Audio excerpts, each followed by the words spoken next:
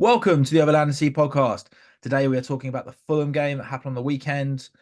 Andrew, we got a result. It's 1-0. We'll take it.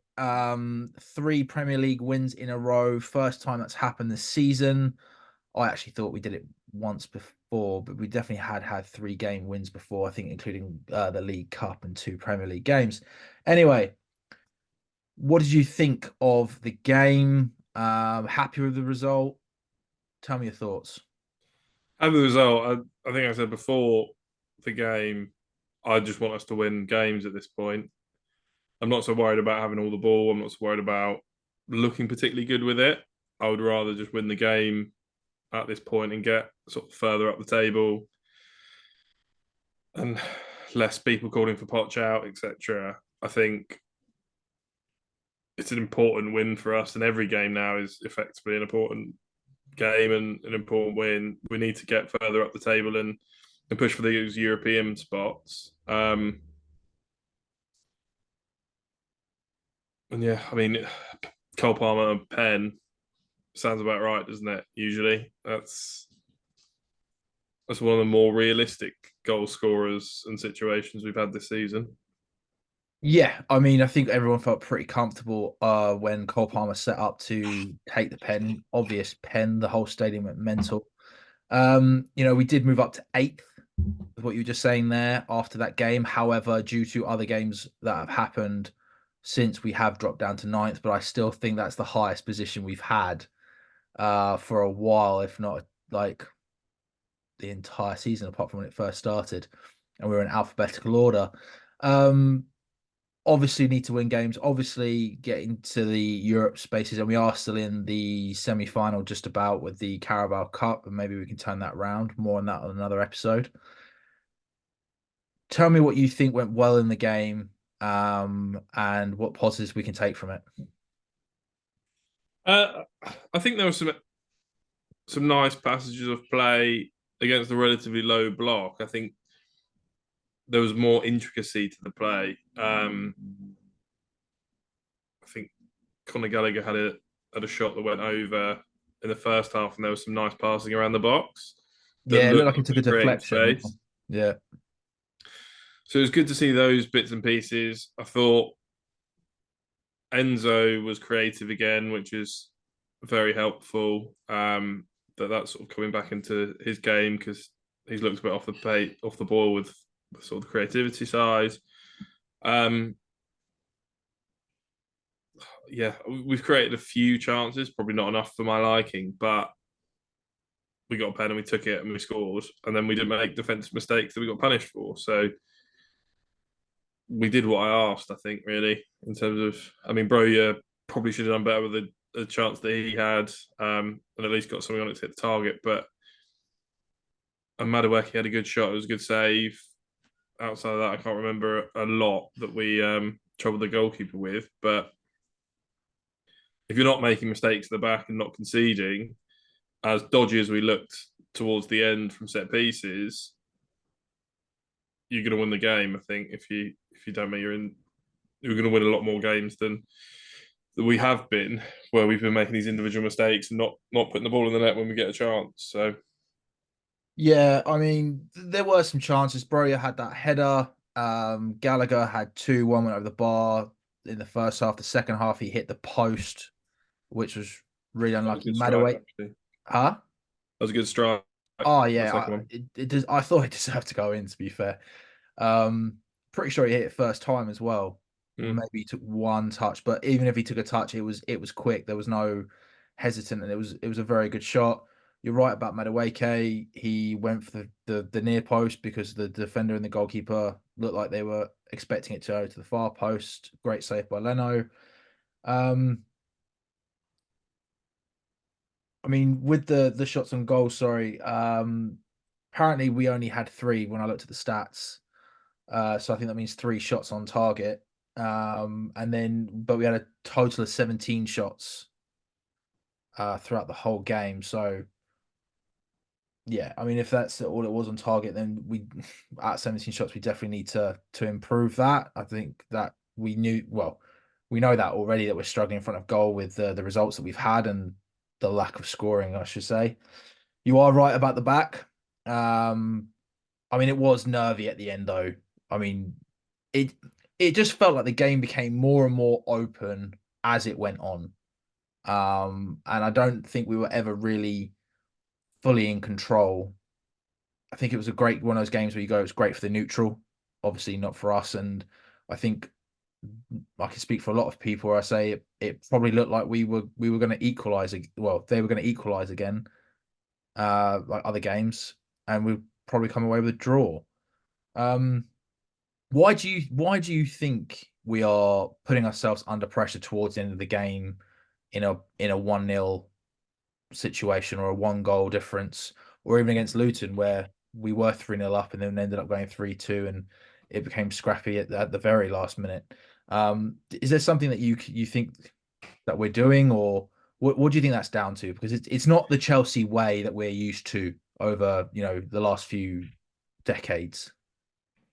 Yeah, I don't know whether it's that we get a bit leggy towards the end of the game, or because we've got so many injuries, we're bringing on players that aren't as good as the ones that are on the pitch to start with, and we lose an element of performance that way. I think a lot of it is going to be other teams now, just especially the ones further down the league, going, all we really need to do is stay in this game, Mm. and they've shown that they're susceptible to. I, I don't know whether it's impatience to sort of go forward with it, or something that means that later on in the game we're just easier to counter attack or easier to score against. And I do think we give away stupid free kicks towards the end of the game as well. And struggling with set pieces, that means that the other team gets a lot of set pieces towards the end. So I think it's a mixture of different reasons, but I think a big one is the fact that teams will be setting up for that to counter attack for most of the game, and then sit back and counter attack for most of the game. And then if we are 1-0 up or it's in touching distance, then they'll give it a go for the last 20 minutes. And it's been shown to cause us problems.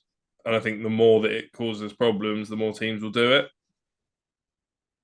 Yeah, I mean, going back to that, I mean, we committed 13 fouls throughout the whole game. I have no idea how many of those were just outside our box, or when they happened. Um, and also, I think just think about it when you were answering there. I think especially when you're playing a lower team or any team for that matter, if you're only one goal difference, surely you're going to throw what you can at the game, at the situation, to try and capitalize and maybe get one back, if not push on further and get two back. A bit like what Luton did to us a few weeks ago. And to be fair, as we said then, had it gone on for another 5-10 minutes, we probably would have equalised, and if not, maybe even conceded a fourth. Um, I think it just goes to show how strong the league is, and actually, unless you're a very good side, 1-0 is probably not going to be enough to see out a game. Um, what else did you take away from the game? Any other points or things that you realized or noticed, I should say? No, I think that's what I've got, to be honest. Fair.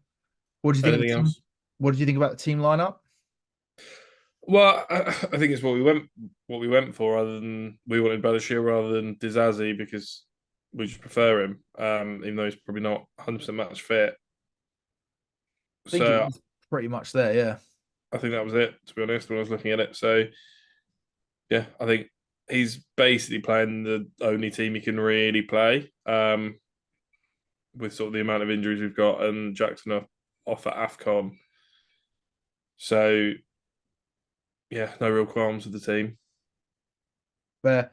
And Chilwell and Chukwuemeka made their returns from injury. Chukwuemeka, I think, has returned earlier than expected. I'm not 100% sure on that one. It's hard to keep track of all the injuries that we've got. But positive signs and good signs that Chilwell and Chukwuemeka are back from injury and have come into the game. Yeah, I think I'd like to see more of Chukwuemeka. he started off the season pretty well. Yeah. I don't know whether he'll play in that wing position or whether he'll play further back in midfield and they'll give him a go there. But interested to see more of what he's got, and I'm hoping the injury hasn't affected him too much, whether it's confidence or it's bravery or it's whatever. I think sometimes players can come back from injuries and not quite be The as same. at it. They've got their one eye on a potential injury, and obviously we know what Chilwell can do, and hopefully he can get back fit properly and start week in week out on that left side, and we can shift Colwell into centre back where he's a lot more comfortable. Yeah, and stay fit as well, to be fair with Chilwell. That's the other thing as well. With Chukwuemeka, did you say that playing on the wing? Yeah, I think earlier in the season he was playing at left wing.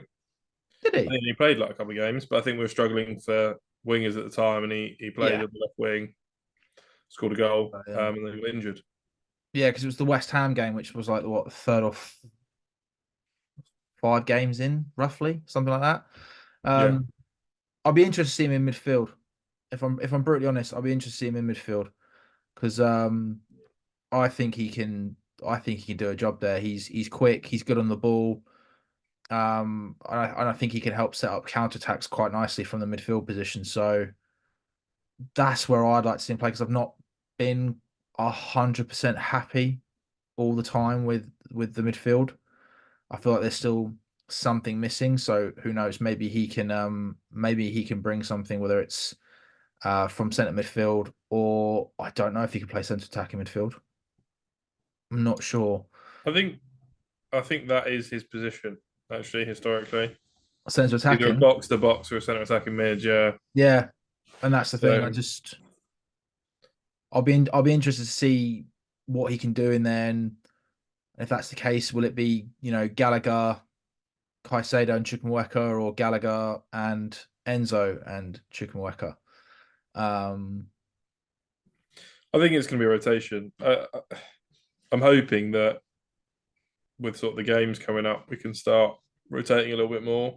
And obviously, I think there's minutes in that midfield with Enzo not really looking like he's capable of 90 minutes flying week in, week out. He's got to be playing at least half an hour every week and a half. So, um, yeah, I think there's a lot of opportunities there, especially with Lavia injured. And I'd like to see what he can do because we've only seen him in sort of fits and spurts so far. Yep, and on that, I think the rest that Enzo's had, granted he was injured obviously, but I do think that the rest he's had from that has given him a bit of a spark. He's looking like the Enzo that we had when we first signed him, which is nice to see. And obviously we now have a week off. So hopefully we don't know, maybe we get a couple more players back and most importantly just rest up and go back into the next part of the league and the Carabao Cup all firing on all cylinders. Anything else you'd like to add to this episode of the Overland Sea podcast? Oh, Lovely stuff. In that case, thank you all for watching. Like, share, subscribe, notification button, comment below, and thank you for watching and stay tuned for the next episode.